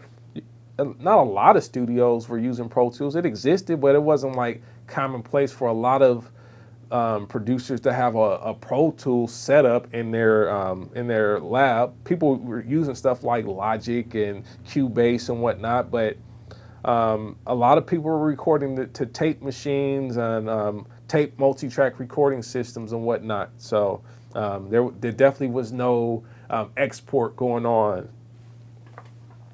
Hopefully that answers your question. E. Jr. says, to your knowledge and without actually confirming or compromising any of your business relationship, is there any new groovebox-oriented hardware coming out soon that will be worth waiting for? Yes. That's it. I mean, it's always, and that's always going to be the answer, to be real, to be 100% real. That's always going to be the answer. Yes. Let's see here. Solomon Parham, I'm a trumpet player and I would like to release some of my music with my virtual library in conjunction with playing the trumpet. Would you release a record using VSTs exclusively? Why not? It doesn't matter. I mean, if you got real listeners, they don't care what you use. Just use whatever it takes to get your ideas out. And, using VSTs doesn't matter. I think as long as what you did with the VST matches what you were trying to go for, then it's fine. If it doesn't match, then you might want to question what you're doing. You might want to say, okay, what part of this doesn't match what I would like to do creatively? And then you start to figure out ways to accomplish that. And that might mean going beyond what you're capable of doing on your own. And it's a good time right now. If you got people that you know that got their own means to record themselves, you can collaborate right now real cool. People home right now, they're not touring. It's not a lot of excuses for people to say, oh, I couldn't get to it because I was on tour with blah, blah, blah, blah, blah. Like, no, hit your folks up that you know that play instruments right now and you know, break bread with people too, because that's the thing. Don't just hit people up and say, yeah, can you play on this? Break bread with people. You know, we pay for these software instruments. We pay for, you know, the hardware. We pay for computers. If you got someone that you know is good on an instrument and they're going to add value to your production, break bread with people and be realistic and ask people what they you know, charge for what they're going to do. I know we talk about producers a lot, talk about, yeah, you know, pay the producer and whatnot, but it's like, you know, you got to pay the musicians too. You got to pay anyone that's adding some qualitative value to your production beyond what you can do, and that's not offering that as a free service to you. Paying people is good, man. So yeah, this is a good time if you're working on something that you think VSTs don't cut it for. Reach out to people, but there's nothing wrong with using VSTs to create a full record. There's nothing wrong with that. It has to match what you were going for artistically. That's all that matters. CX, what's going on, my guy? What up, man? Thanks for coming through. Thanks for hanging out. This is what I'm calling the producer function. So this is just a hangout. You know, that's what we're gonna do. Maybe some sessions I might do this where I might get on a track or something and do some stuff, or you know, whatnot. But at the end of the day, it's just gonna be a impromptu hangout session where we chill out, talk shop, and you know, enjoy each other's company, and just really commune, man. So I appreciate all y'all that's stopped by already. If you haven't already done so, make sure you hit the like button and also hit the subscribe button so that you can be a part of future functions that randomly pop up, man. Make sure you hit that like button and subscribe. Let's see here. Jimmy Shot said, what's some good bass plugins that aren't CPU heavy?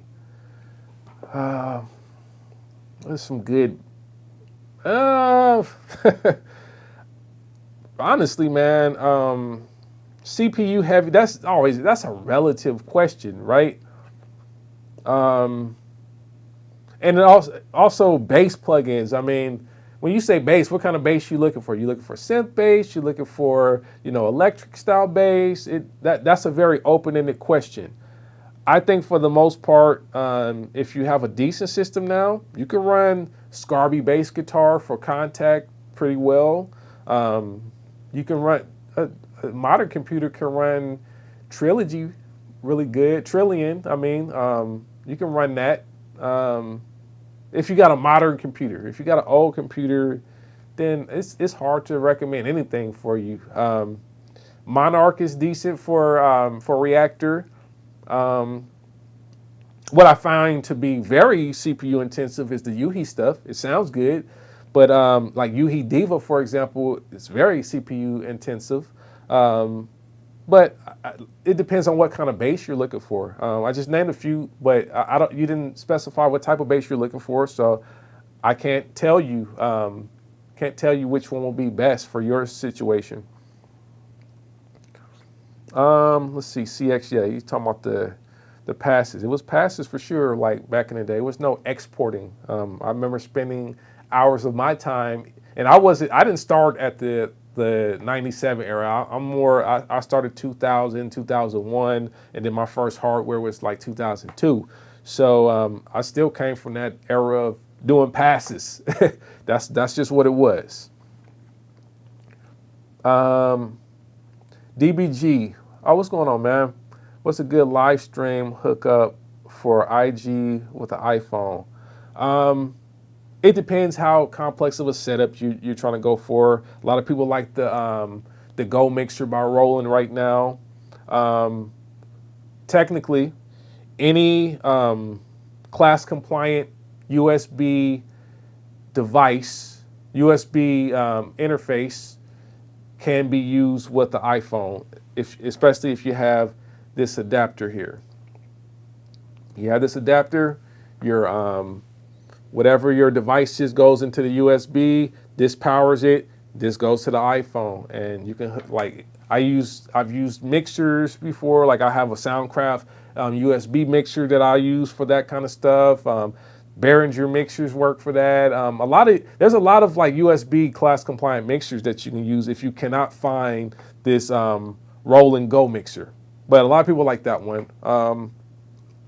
Obviously, if you watch IG right now, or you watch the Versus stuff, and you saw the issues with the iRig, that's a whole different conversation. I think iRig is probably fine for doing or just streaming music directly without a guest. I think when you have a guest, it becomes a whole different set of parameters and things that create problems. So I think generally, if you're just gonna post beats for IG or do an IG live, you can do it. You can do it with any class compliant mixer.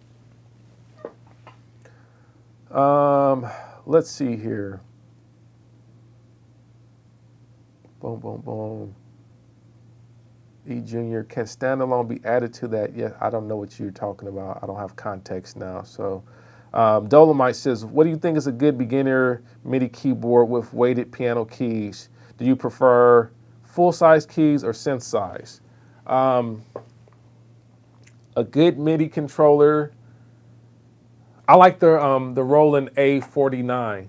I like that one. I have that one. There's a few videos on my channel where I've used that, especially with my iOS setup. I like that one. It's a good quality MIDI controller. Doesn't have a lot of like other tactile options. Like, it's not one of those MIDI controllers where you get a whole bunch of knobs and pads and all this other stuff. It's very simple keyboard stuff, and it has a small footprint. So if you just want keys, A49 is good. If you want something that feels a bit more sturdy, for a beginner, it depends. Like, to me, beginner doesn't mean anything, because I like to still buy quality stuff. I don't think everybody has a different perspective on this, and I think it depends on what you're financially able to do, right? So some people that are financially able, when they buy their kid their first car, they don't buy like the cheapest old car that they can get, but they find they might have a car that's already really good condition that they might pass down, or they may buy their kid a nice, reliable car that will keep them from having to call AAA when it breaks down or that kind of stuff, right? So I think the same idea could apply to music production. Doesn't matter if you are a beginner. If you have the means to, you should still try to buy quality. So I think that quality-wise, there's a lot of cool stuff with Native Instruments now, and I ain't trying to plug Native Instruments on the channel or whatever, but the A series is cool for some stuff. I think the A series can be a little bit more than a lot of people need if you're not using complete. So if you are a complete user, the Native Instruments A series can be good. Alesis has some cool stuff. Akai has some cool stuff. There's a lot of, in terms of MIDI keyboards, there's so many options. I prefer synth action. I still really love the key action on the Motif ES. It's one of the best out there, period. Hands down. It's semi-weighted with aftertouch. Great keyboard action. MIDI controllers, I think you don't get good keybeds until you spend money. So I was one of the early guys that had the Novation Remote SL, the MK1. I had that joint. I was a fan of that. That had a pretty good key bed. And then, today I think,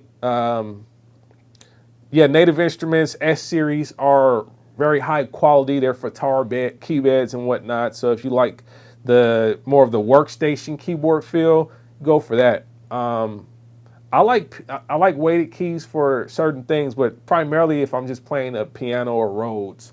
I have a Rhodes in here, so if I want that feel, then I'll go to the Rhodes, and if I don't want that feel, then I'll just use the motif or whatnot. So that's my workflow at least. But hopefully that gives you some ideas around it. But I think Roland A series is probably one of the best bangs for your buck out there. Roland A49, and if you're a complete user, go for the A series from Native Instruments.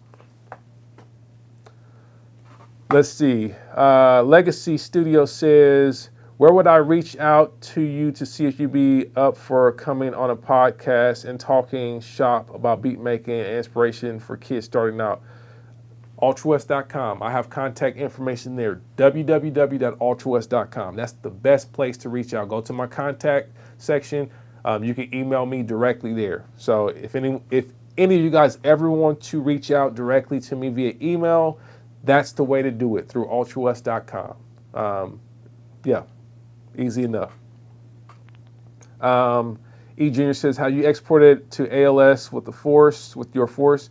Also, can you elaborate on how effective that feature is or useful to workflow for an Ableton user specifically?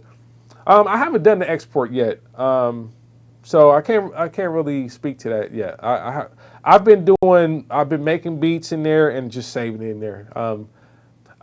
So the export, no, I couldn't really speak to that. CX is in here, or CX was in here. CX may be able to speak to that, because I know CX has the force, and he's deeper into it than I am. So that's what this is about. This is a hangout. We talk shop. If there's other people in here that know more stuff than me about certain topics, I invite them to always come and share input if they have time and the ability. But I know CX, the producer, uses the force like that and has done quite a bit of beats on it, because I was on one of his live streams and he was going in. So I'm sure he's got some thoughts around that. Let's see here. Beats by Rossi. Tracking and passes always a pain on the 4000 with an M-Box 1. Dude. Listen. Listen. I don't get that at all. I don't get that at all. Inbox 1. I mean, we talking about around the same era too. I mean, Inbox 1 a little bit older, but I don't know why people buy $3,000, $4,000 drum machine device with 8 outputs and 4 MIDI outs and all this stuff, only to use like the most lowest end audio interface. It's just like, you might as well record to a tape then, like just a cassette tape. And I'm being facetious with that, but I'm just saying I don't get that, because the heart of a studio in the modern age is your audio interface. It's not really the DAW. The DAW, like, your DAWs change. You can change out a DAW. The heart of the studio is the audio interface. The audio interface is what enables us to have home studios. That's the reality of it. It's not so much the DAW, it's the audio interface that kind of facilitates the connectivity, the conversion from analog to digital, digital to analog. It's the audio interface. Now, I know some of you guys are still like, okay, I'm just going, eighth inch in and out. I'm just using my laptop. Cool, but like a real studio today is gonna have some type of audio interface. That's why the audio interface conversation is so important. It is very important to the whole modern music production world. You gotta have a audio interface. So if you have a small, like 2-channel audio interface, and you have a device like an MPC4000 where you got 8 outputs plus 2 master outs, so you can do 10 outs at a time, you're missing out on the whole point. And I highly recommend, if you have an MPC and you haven't invested into getting the right amount of channels for your studio at home, you should definitely look into that. I mean, it's part of having a studio. I know it's not the sexiest piece of gear to buy at all. It's definitely not, but it's part of having a studio if you're gonna have hardware, especially. I know some of you guys don't have a lot of hardware. It's more about in the box, and for that you don't need as many channels, but you need to be looking at your studio design in terms of how many inputs and outputs you need. That's part of managing and designing your studio, is looking at, okay, what type of equipment do I want to use? How many channels do I want to track individually or simultaneously during my production? And you need to look at that realistically and make decisions. So my thing is, there's no reason for you to have an inbox if you have an MPC. Your priorities are out of whack. You know, you may have been better off getting the 2000 XL and like a cheaper 8 input audio interface than to have a 4000 and then have an inbox one. That's totally mismatched in terms of priority and also quality level. Let's see here.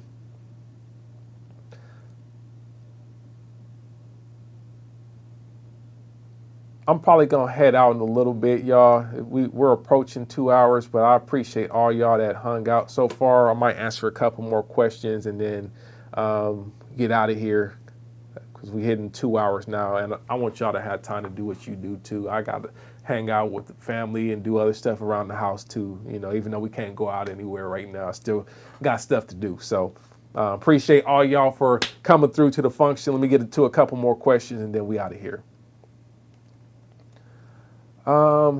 Let's see here. Off mic, Jazzafique, I think that's how you say your name. Hey, bro.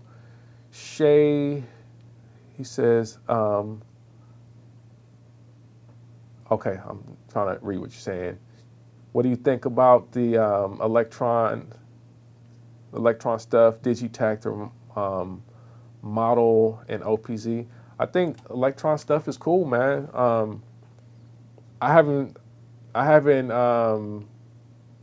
owned any electron stuff, and I think for me, the electron stuff is a different mindset and approach to music and also performance. So it feels like, to be honest, the electron stuff has much more of a higher emphasis on performance than it has on just like straightforward production. I think there's a lot of interesting stuff that you can do within those devices. I haven't owned one, so you know, I don't know if Daydream is in here. He's probably not in here right now, but if you check out the Daydream Sound channel, he has a lot of great videos on that topic, especially on like he uses, I think, the Octave track. I may be wrong, but I know he uses some electron stuff. So I think it definitely speaks to a performance approach. But obviously anything electronic you can creatively use in a studio context and do some cool stuff with it. I just never really saw the purpose for me in multiple revisions of my studio. So and now with the Force, I'm still like, I don't know if Electron would even make sense. I see what you can do with it, and I feel like I would probably be able to do a lot of what I'd want to get out of a Octatrack with the Force. Let's see here.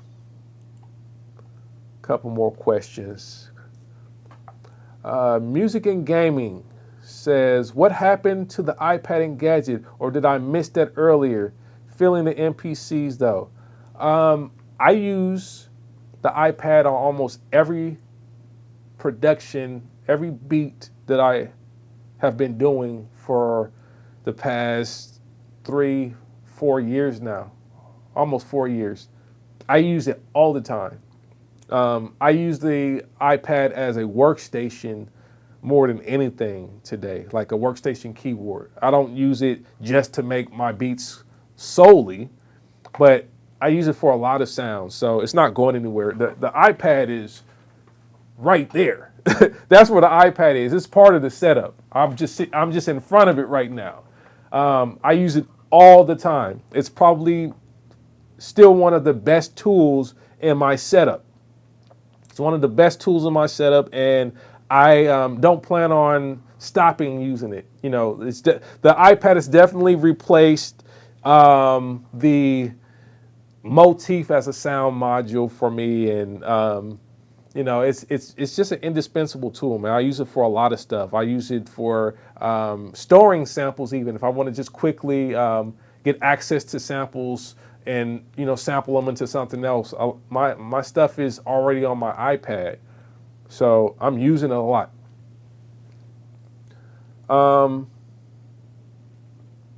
Let's see here. A couple more questions. What are your thoughts on the Claret 8-channel interface? Haven't used it. Looks interesting. I think the Claret, yeah, no comment on it, man. Like, I haven't used that one. I've seen some people use it. It seems to be cool. I don't know qualitatively. The audio interface that I use right now is the Apollo, the Silverface Quad, and I've used that for almost 6 years now. No problems with that one.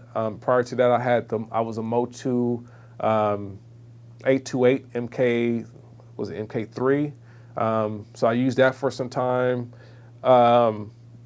There's so many audio interfaces out there right now. I can't test them all. I don't plan on testing them all, honestly. The other audio interface I have in here is the Apogee Quartet, which is I use it for iOS for certain applications. I think it's better for laptop and desktop than it is for iOS personally, but I think that's a pretty quality device as well. But Claret, I can't speak to it, man. It's just not something I've used.